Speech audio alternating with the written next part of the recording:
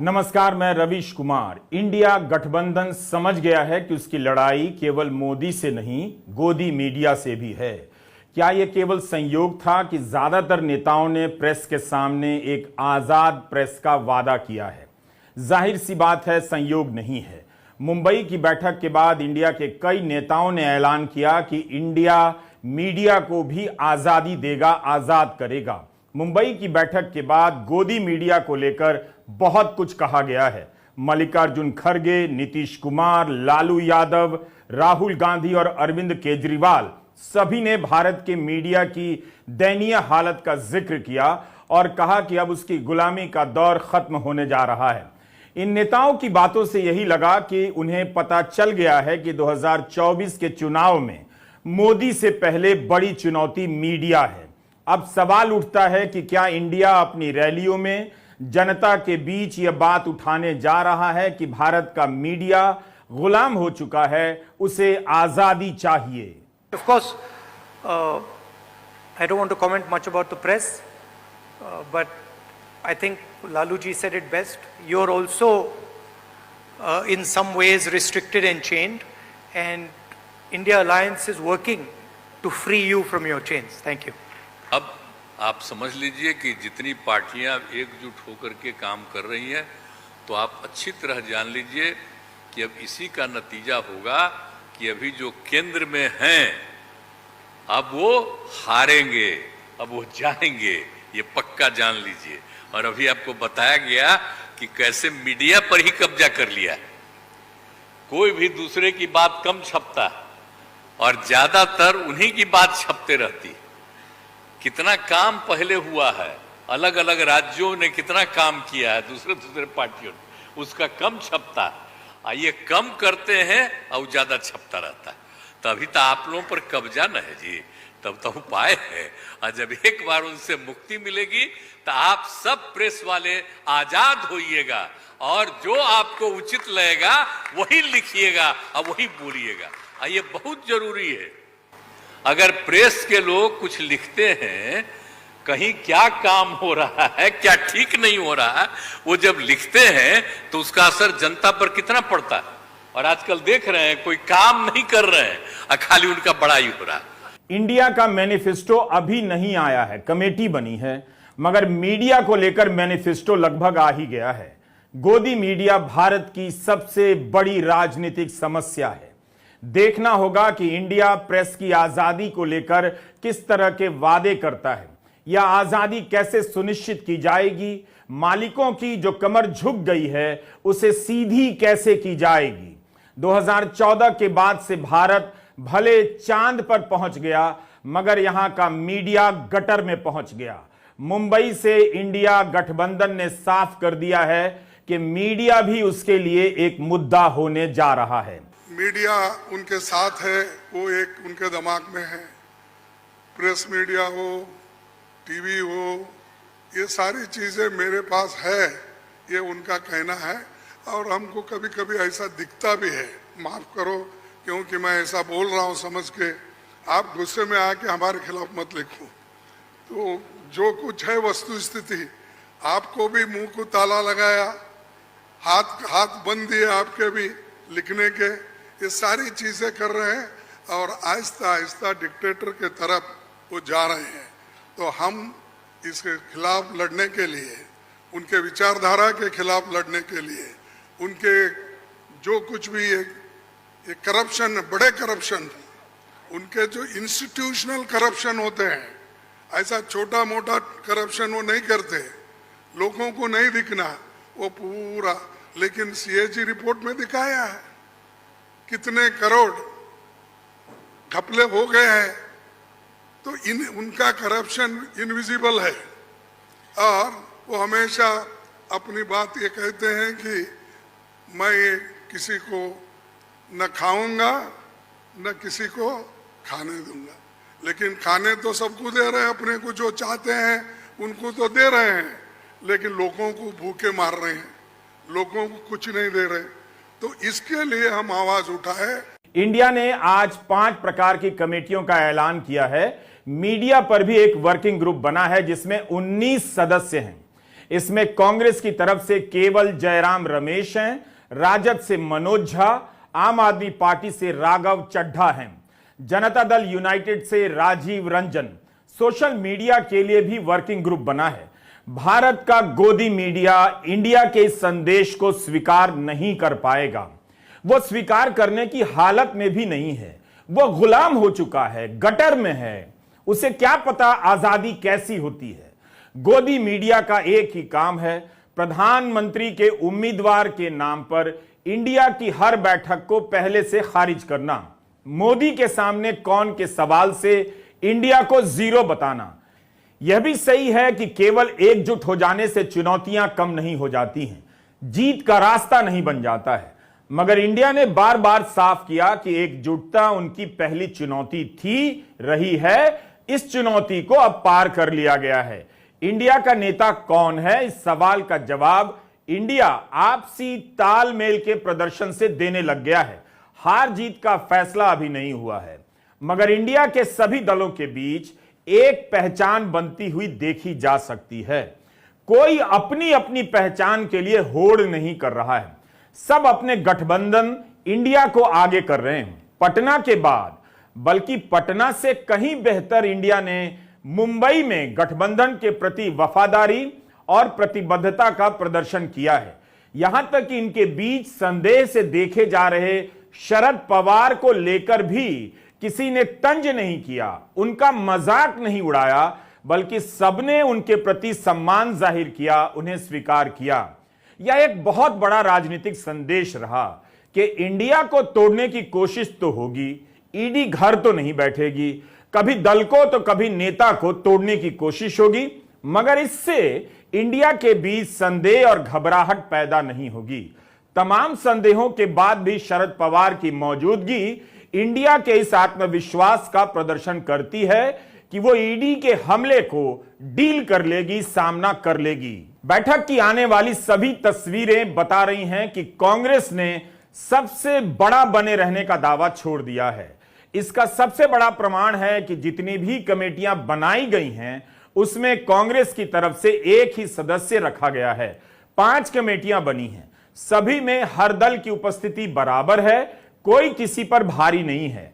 कांग्रेस सबके साथ चलती नजर आ रही है। जितना राहुल गांधी नजर आते हैं, उतना ही एमके स्टैलिन भी नजर आते हैं, उतनी ही जगह अरविंद केजरीवाल को मिल रही है और लालू यादव और नीतीश कुमार से लेकर शरद पवार को सभी इस स्पेस में बराबर बराबर दिख रहे हैं। कोई किसी से कम या ज्यादा नहीं दिख रहा है। गठबंधन की तस्वीरों में गठबंधन की सबसे बड़ी कामयाबी यही झलक रही है। इंडिया ने एक प्रस्ताव पास किया है जिसमें कहा गया है कि जहां तक संभव हो सके आगामी लोकसभा चुनाव मिलकर लड़ने का संकल्प लेते हैं। यानी गठबंधन को पता है और गठबंधन छिपा नहीं रहा है कि कई राज्यों में दिक्कतें आ सकती हैं, मगर इसके बाद भी एकजुटता, समझदारी बनी रहेगी। राहुल गांधी से लेकर अरविंद केजरीवाल, उद्धव ठाकरे से लेकर एमके स्टालिन तक ने कहा कि इंडिया के नेताओं के बीच जो संबंध बने हैं, उसे देखकर कहा जा सकता है कि इंडिया के बीच इस बात को लेकर तैयारी दिखने लग गई है कि सभी एक दूसरे के लिए जगह छोड़ेंगे, एक दूसरे को समायोजित करेंगे, एक दूसरे की बात को समझेंगे, अपने अंतरों को कम करेंगे। इसके लिए एक कोऑर्डिनेशन कमेटी बनाई गई है जो राज्यों के स्तर पर सीटों के बंटवारे पर काम करेगी। लालू यादव ने कहा कि अपना नुकसान सहकर भी इंडिया को आगे रखेंगे। बैठक की सबसे अच्छी बात यह रही कि सभी प्रमुख दलों के नेताओं, मुख्यमंत्रियों ने प्रेस के सामने अपनी बात रखी। सभी प्रेस के सामने सहज नजर आ रहे थे। जिसने जो भी कहा सबके सामने कहा।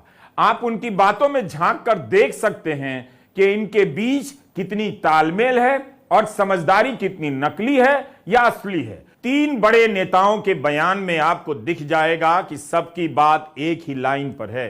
सब आपसी अंतर्विरोध की भी बात करते हैं, स्वीकार कर रहे हैं, मगर यह भी दावा करते हैं कि इन बैठकों से उनके बीच की समझदारी बेहतर हुई है। ऐसा लगता है कि एकजुट रहने की पहली चुनौती इंडिया ने पार कर ली है। इसी एकजुटता को लेकर संदेह किया जा रहा था कि इंडिया बनने से पहले बिखर जाएगा, मगर अभी तक यह बना हुआ है। अपनी पहली प्राथमिकता यह समझता है कि एकता दिखानी है, जनता को संदेश देते रहना है कि मकसद सबका साझा है, समान है, किसी एक दल या किसी एक नेता का व्यक्तिगत मकसद यहां नहीं है। उद्धव ठाकरे ने कहा कि तीसरी बैठक के बाद इंडिया ने दिखा दिया है कि गठबंधन अब आगे बढ़ चुका है। स्टेज पे जो नेता हैं, जो पार्टीज हैं, वो हिंदुस्तान के 60% लोगों को रिप्रेजेंट करती हैं। और अगर हम एक साथ मिलके चुनाव लड़ेंगे तो बीजेपी चुनाव जीत ही नहीं सकती है। और मुझे बहुत खुशी हो रही है कि जो हमारी पार्टीज हैं, जो हमारे नेता हैं, उनके बीच में जो रैपोर है, जो फ्लेक्सिबिलिटी है, वो गहरी होती जा रही है। और मुझे लगता है कि इंडिया अलायंस बीजेपी को चुनाव में आसानी से हरा देगा। मुझे बेहद खुशी है कि इंडिया अलायंस में सब लोग आपस में जुड़ रहे हैं। एक चीज़ मैं देख रहा हूँ, बहुत बड़ी बड़ी ताकतें, अब सबको लगने लगा है कि ये इंडिया अलायंस मोदी सरकार के आने वाले समय में मोदी सरकार के पतन का कारण बनने वाला है। तो बहुत बड़ी बड़ी ताकतें इस इंडिया अलायंस को तोड़ने में लगेंगी, बहुत बड़ी बड़ी ताकतें। पिछले कुछ दिनों से मैं देख रहा हूँ, जबरदस्ती क्या दिखाया जाएगा, इसकी उसके से लड़ाई हो गई, उसकी उससे लड़ाई हो गई, जबरदस्ती दिखाने की कोशिश की जाएगी, जबरदस्ती दिखाने की कोशिश की जाए। मैं पिछली 3 मीटिंग अटेंड कर चुका, मैं आपको पूरी जिम्मेदारी के साथ कह सकता हूँ, जितनी अच्छे से और जितने प्यार और मोहब्बत से सारी मीटिंग्स हुई हैं, किसी के साथ लड़ाई नहीं है। और यहाँ पे जितने लोग बैठे हैं, कोई पद के लिए नहीं आया, सब 140 करोड़ लोगों के इस भारत देश को बचाने के लिए आए हैं, इसको तरक्की के रास्ते पे ले जाने के लिए आए हैं। दिल्ली के मुख्यमंत्री अरविंद केजरीवाल ने कहा कि इंडिया गठबंधन को तोड़ने की बहुत कोशिशें होंगी, मगर अब यह नहीं टूटेगा। इंडिया ने कहा कि जल्दी ही वह देश के सामने अपने अलग अलग मुद्दों और वादों को लेकर उपस्थित होने वाला है और यह काम तेजी से किया जाएगा। बिहार के मुख्यमंत्री नीतीश कुमार ने कहा कि इंडिया को लगता है कि चुनाव पहले भी हो सकते हैं, इसलिए सभी अलर्ट हैं। इंडिया मजबूत होते जा रहा है, ये बात भी सच है कि जैसे जैसे हम करीब आते जा रहे हैं, एक कदम आगे बढ़ते जा रहे हैं, तो इंडिया के विरोधी दल में घबराहट हो रही है। पहले हमें पूछा जा रहा था कि विपक्ष की एकजुट, और उसी वक्त हमने कहा था कि विपक्ष की एकजुट में नहीं मानता, हम सारे लोग देश प्रेमी हैं और हमारी एकता देश प्रेमियों की एकता है। और हमने हमारे अलायंस का जो नाम लिया है इंडिया, तो अब इंडिया के विपक्ष, इंडिया के विरोधी जो है, आप सभी जानते हैं वो कौन है। आज की मीटिंग में अच्छी चर्चा हुई, अच्छे डिसीजन लिए गए, कुछ कमिटीज बनाई गई और हम सारे लोगों ने तय किया है कि आने वाले चुनाव में हम तानाशाही के खिलाफ लड़ेंगे, हम जितने सारे जुमलेबाज हैं उनके खिलाफ लड़ेंगे, हम भ्रष्टाचार के खिलाफ लड़ेंगे।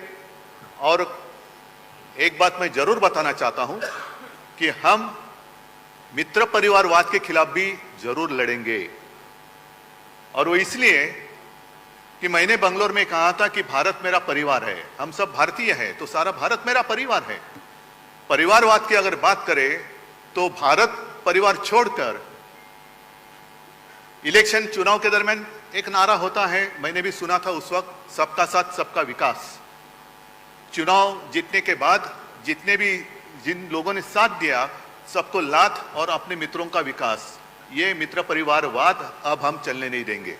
और ये लड़ाई दिन ब दिन तेज होती जाएगी। पूरी जनता जो गरीब है, एक डर है, मन में डर है, क्या होगा, अब सेशन होने जा रहा है, क्यों बुलाया है, क्या होगा, आधी रात कुछ एक घोषणा हो जाती है, आज से ये बंद, आज से ये चालू। तो ये जो डर है, सब लोगों को हम एक विश्वास दिलाना चाहते हैं कि डरिए मत, भय मुक्त भारत के लिए हम सारे लोग इकट्ठा आए हैं। इस बैठक के बाद कई नेताओं ने इस बात की आलोचना की कि संसद का विशेष सत्र बुलाया गया, इसके बारे में विपक्षी दलों से कोई जानकारी नहीं ली गई, कोई राय नहीं ली गई। देश को अंधेरे में रखा गया। अब अटकलें चल रही हैं कि क्या होगा, किस लिए बुलाया जा रहा है। एक तरह का भय का माहौल बनाया गया है। और राहुल गांधी जी को भी हम काफ़ी मजबूती के साथ विश्वास हम लोग दिलाते हैं कि हम सब एकजुट हो करके सभी लोगों को एकोमोडेट करके आगे सीट शेयरिंग अब शुरू होगा। सीट शेयरिंग, और सीट शेयरिंग में हम लोग सब लोग सफल होंगे, कोई दिक्कत कठिनाई नहीं होगी, कहीं कोई हर्डल नहीं होगा। अपना कुछ नुकसान करके भी हम लोग इंडिया को, ये संघ है, हम लोग जिताएंगे और मोदी को हटाएंगे और देश को बचाएंगे।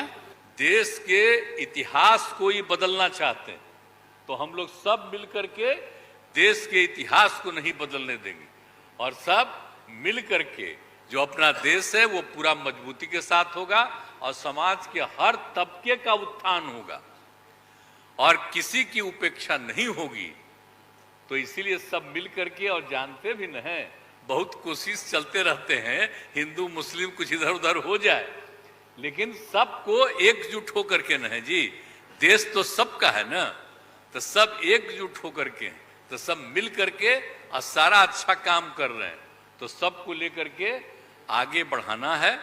और तो इसीलिए जरूरी है कि अब सब लोग, अब अच्छा हो गया है, सब लोगों को अपना अपना अधिकार था, तो लेकिन अब इतना ज्यादा हम कोशिश करते रहे, बहुत कहते रहे कि जरा मिल जाइए, तो बात समझते समझते हो गया। अब तो हम यही चाहते हैं कि अब तेजी से काम हो। तो आज ही तय कर लिया है लोगों ने कि अब तेजी से हम लोग अभी से शुरू कर देंगे। अब कोई ठिकाना नहीं है, चुनाव समय के पहले भी हो सकता है, कोई ठीक नहीं है, इसलिए हम लोगों को भी तो अलर्ट रहना न पड़ेगा। इसलिए हम लोग सब इंटरनल बात पूरा कर लिए। यही मैं भी 55 साल से पॉलिटिक्स में हूँ और 52 साल से एमएलए, एमपी, राज्यसभा का मेंबर हूँ। मैं ऐसा नहीं देखा, कोई ऐसा चीफ मिनिस्टर किया नहीं ऐसा।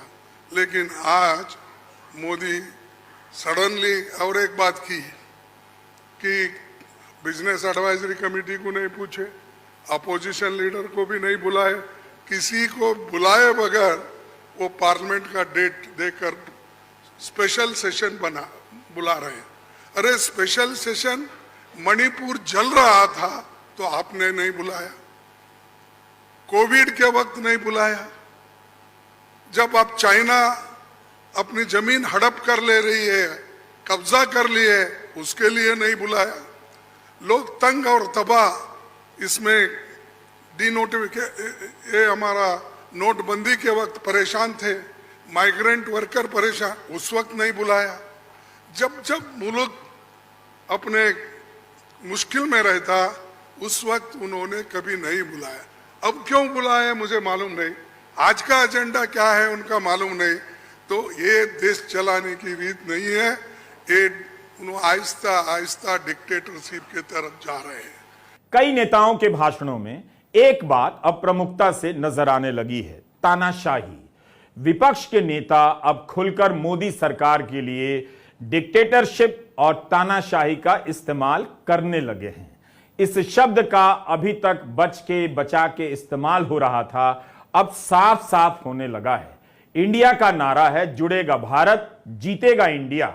जीतने की बात तो अभी बहुत दूर है, मगर जहां तक जुड़ने की बात है, इस गठबंधन ने अभी तक यही दिखाया है कि वह एक होने की कसौटी पर लगातार खरा उतरते जा रहा है। नमस्कार, मैं रवीश कुमार।